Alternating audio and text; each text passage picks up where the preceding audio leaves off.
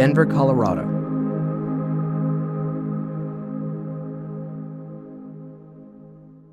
We have just finished dinner at the Wanios. Allison, Todd's wife, is upstairs helping their son, Addison, with his homework. Todd and I are downstairs in the kitchen, doing the dishes. It was kinda like stepping back in time. The new army, I mean.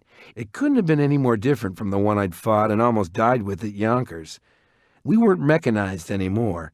No tanks, no arty, no tread jobs at all, not even the Bradleys. Those were still in reserve, being modified for when we'd have to take back the cities. No, the only wheeled vehicles we had, the Humvees and a few ASVs, were used to carry ammo and stuff. We hoofed it all the way, marching in column like you see in Civil War paintings. There was a lot of references to the blue versus the gray, mainly because of Zach's skin color and the shade of our new BDUs. They didn't bother with camo schemes anymore. In any case, what was the point? And I guess navy blue was the cheapest dye they had back then. The BDU itself looked more like a SWAT team's coverall. It was light and comfortable and interwoven with Kevlar. I think it was Kevlar, bite-proof threads. It had the option of gloves and a hood that would cover your whole face. Later in urban hand-to-hand, that option saved a lot of lives. Everything had a kind of retro feel about it. Our Lobos looked like something out of, I don't know, Lord of the Rings. Standard orders were to use it only when necessary, but trust me, we made it necessary a lot. It just felt good, swinging that solid hunk of steel. It made it personal, empowering. You could feel the skull split, a real rush like you were taking back your life, Not that I minded pulling the trigger. Our primary weapon was the SIR, Standard Infantry Rifle. The wood furniture made it look like a World War II gun. I guess composite materials were too hard to mass produce. No matter what you did to this baby, it just wouldn't let you down. Only bells and whistles it had was a conversion kit of extra parts, furniture, and additional barrels of different lengths. You could go long-range sniper, mid-range rifle, or close combat carbine all in the same hour and without reaching farther than your ruck. It also had a spike, this little flip-out job about 8 inches long that you could use in a pinch if your Lobo wasn't handy. We used to joke, careful, you'll poke somebody's eye out, which, of course, we did plenty. The SIR made a pretty good close combat weapon, even without the spike, and when you add all the other things that made it so awesome, you could see why we always referred to it respectfully as SIR.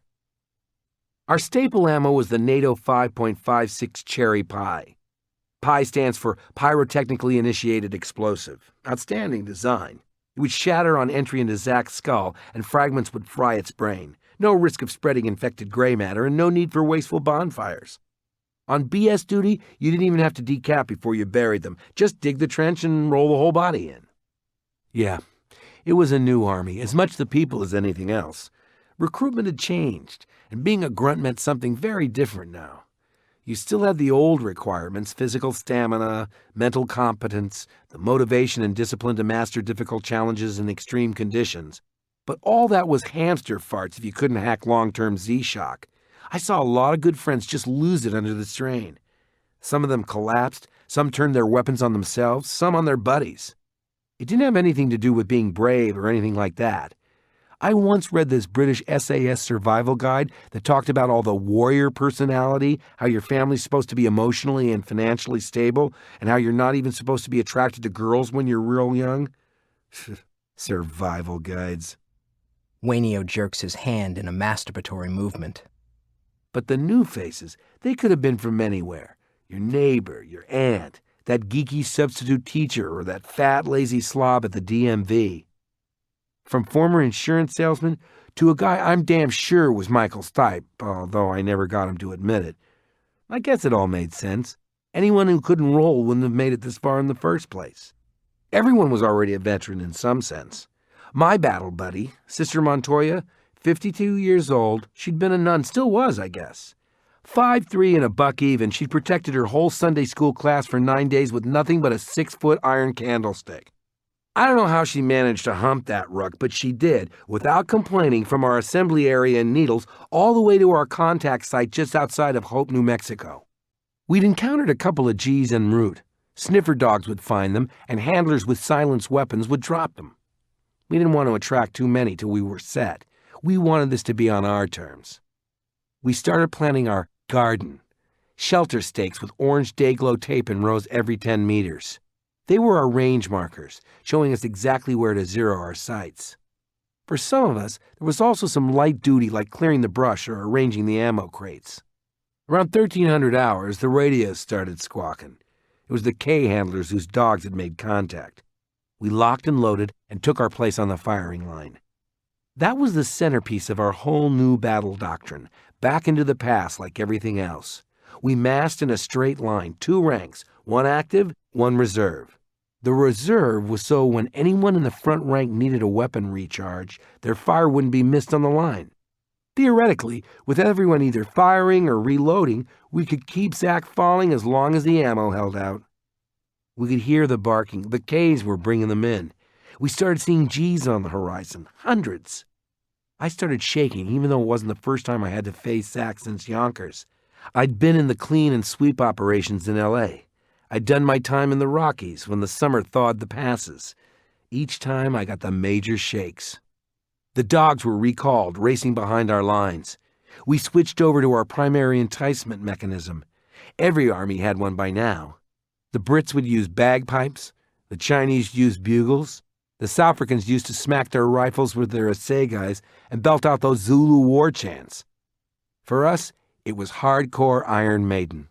Now, personally, I've never been a metal fan. Straight classic rock's my thing, and Hendrix's Driving South is about as heavy as I get. But I had to admit, standing there in that desert wind with the trooper thumping in my chest, I got it. The PEM wasn't really for Zach's benefit. It was to psych us up, take away some of Zach's mojo. Take the piss out, as the Brits say. Right about the time Dickinson was belting, "As you plunge into a certain death," I was pumped, surcharged and ready, eyes fixed on this growing, closing horde. I was like, "Come on, Zach, let's fucking do this." Just before they reached the front range marker, the music began to fade. The squad leader shouted, "Front rank ready!" and the first line knelt. Then came the order to take aim, and then, as we all held our breath, as the music clicked off, we heard, "Fire!" The front rank just rippled, cracking like a saw on full auto and dropping every G that crossed the first markers. We had strict orders, only the ones crossing the line, wait for the others. We'd trained this way for months. By now, it was pure instinct. Sister Montoya raised her weapon above her head, the signal for an empty mag. We switched positions. I flipped off my safety and sighted my first target. She was a noob, couldn't have been dead for more than a year or so. Her dirty blonde hair hung in patches from her tight, leathery skin. Her swollen belly puffed through a faded black t-shirt that read G is for gangsta. I centered my sight right between her shrunken, milky blue eyes. It's not really the eyes that make them look all cloudy. It's actually tiny dust scratches on the surface, thousands of them, because Zach doesn't make any tears. Those scratched-up baby blues were looking right at me when I pulled the trigger. The round knocked her on her back, steam coming from the hole in her forehead. I took a breath, sighted my next target, and that was that. I was locked in. Doctrine calls for 1 shot every full second. Slow, steady, mechanical-like. He begins snapping his fingers. On the range, we practice with metronomes, all the time instructors saying, "They ain't in no hurry, why are you?" It was a way of keeping calm, pacing yourself. We had to be as slow and robotic as them. "Out G the G," they used to say. His fingers snap in perfect rhythm. Shooting, switching, reloading, grabbing sips from your camel pack, grabbing clips from the sandlers. Sandlers? Yeah, the recharge teams. Sandlers were lifesavers, drilled like a fucking ballet. I don't think anyone that day or night ever found themselves 1 round short. That night? They just kept coming. Full-on